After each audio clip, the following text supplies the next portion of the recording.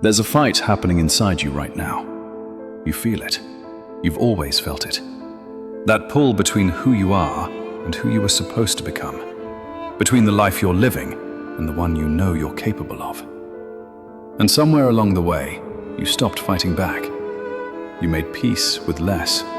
You called it being realistic, being mature, being smart. But that's not what it is. It's surrender. And the enemy you surrendered to, it wasn't the world. It was your own mind. Your mind has been lying to you for years, not with obvious lies, with the kind that sound true, the kind that feel like wisdom. It told you to wait for the right time, and you waited. It told you to rest because you've been working so hard, and you rested. It told you tomorrow would be better, and tomorrow came and nothing changed. Every single day it gives you a reason to delay, a reason to stay comfortable, a reason to negotiate with your own standards. And you listen, because it's your voice. It's not some external force. It's you, talking yourself out of the very thing you said mattered. And here's what makes it so dangerous. It doesn't feel like weakness. It feels like protection, like self-care, like intelligence. But look at what it's protecting you from. Growth, discomfort, becoming. It's keeping you safe from the very experiences that would change you. And in doing so, it's killing you. Slowly, quietly, one compromise at a time. You thought you could outrun this, that if you stayed busy, if you kept moving, if you filled every silence with noise, it would just go away. But it didn't. It grew. Every time you chose the comfortable option, it got stronger. Every time you scrolled when you should have worked, it dug in deeper. Every time you said, next week, when you meant never, you fed it. And now it doesn't even have to fight you. You fight yourself. You wake up with intention and go to bed with excuses. You make promises in the mirror and break them by noon. You know what you need to do, and you do everything else instead. And the gap between who you are and who you could be, it's getting wider. Not because you're weak, but because you keep choosing the path that requires nothing from you. Look at your life right now. Actually, look at it. Not the version you tell people about, not the version you post, the real one, the one you live when nobody's watching. How much of it is yours? How much of it is intentional, deliberate, chosen? And how much of it is just happening to you? Days blending into weeks, weeks disappearing into months, months evaporating into years. And you're still saying, someday. Still saying, when things calm down. Still saying, I'm working on it. But you're not. You're managing. Managing the disappointment. Managing the restlessness. Managing the quiet voice that keeps asking, is this it? And the worst part, the part you don't want to face, is that you know. You know you're choosing this. You know you're capable of more. You feel it every time you're alone with your thoughts. Every time the distractions stop and you're left with yourself. You feel the weight of unused potential, of roads not taken, of the man you were supposed to be, watching you settle. That's what you're running from. Not the work, not the sacrifice, not even the possibility of failure. You're running from the truth that you've been lying to yourself, that you've been negotiating when you should have been executing, that you've been waiting for permission when you should have been taking ground, and that every day you wait, you become more of who you don't want to be. So let me ask you something, and don't deflect, don't intellectualize, just answer.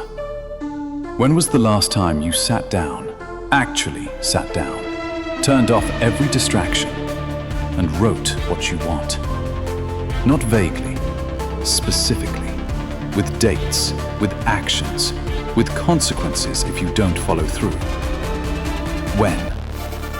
Because I'll tell you what's happening. You're thinking about it. You're consuming content about it. You're inspired by it. But you're not doing it. And the reason is simple. Doing it makes it real. Writing it down means you can't lie to yourself anymore. It means you have to face the gap between your words and your actions. It means you have to become accountable to yourself. And that's terrifying. Because what if you write it down and still don't do it? What if you make the plan and still fail? What does that say about you? So you don't write it. You keep it abstract. You keep it someday. You keep it safe. And in doing so, you guarantee the outcome you're afraid of. Here's the truth nobody wants to hear. Clarity doesn't come from thinking. It doesn't come from waiting until you're ready. It doesn't come from inspiration. It comes from movement. From the moment you stop negotiating and start acting. From the second you write something down and then do it immediately. Not tomorrow, not Monday, right now. That's the only way this changes. Not through motivation, not through some breakthrough moment. Through the decision to stop obeying the voice that wants to keep you comfortable. When it says rest, you move. When it says quit, you stay.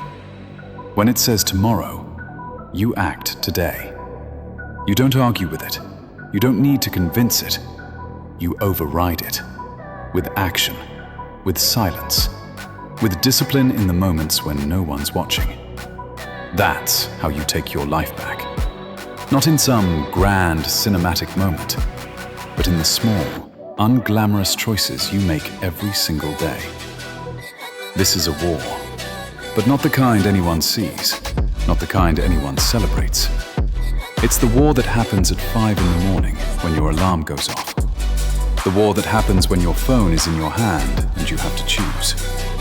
The war that happens when you're tired and no one would blame you for stopping. That's where it's won or lost. And you don't win it once. You win it every day, every hour, every moment you have to choose between what's easy and what's right. Miss one day and it comes back stronger. Make one excuse and it takes more ground. But show up, actually show up, and something shifts. Not immediately, not dramatically, but you feel it. The confidence that comes from keeping a promise to yourself. The strength that comes from doing the thing when you didn't feel like it. The clarity that comes from action, not thought. That's how you defeat the mind. Not by outsmarting it, by outlasting it. By proving, through repeated action, that it doesn't control you. So here's what happens next. You have a choice, right now. You can close this and go back to what you were doing. You can tell yourself you'll come back to it. You can save it for later. You can let this be another thing that almost changed you. Or you can sit down, right now, and write 3 things. 3 things you've been avoiding. 3 things you know need to happen. Then you pick one, and you write the first action. Not the whole plan, just the first step. And then you do it. Today. Not because you feel ready, not because you're motivated, but because you decided. And the man you're becoming doesn't negotiate with comfort. He acts. The mind will test you again tomorrow. It'll offer you the same deals, the same excuses, the same reasons to wait. And it'll do it the day after, and the day after that, for the rest of your life. That's not going to change. But you can. Every time you pass the test, you get stronger. Every time you choose the hard thing when no one's watching, you take ground. Every time you do what you said you would do, you become someone who doesn't need permission to show up. This doesn't go away. You either face it, or you spend your life being controlled by it. There's no middle ground, no compromise, no later. The final boss is waiting, and it's not out there, It's in here, in your mind, in the voice that sounds like you, in the thoughts that dress fear up as reason. So stop running, turn around, face it, and take the first step. Not someday, today.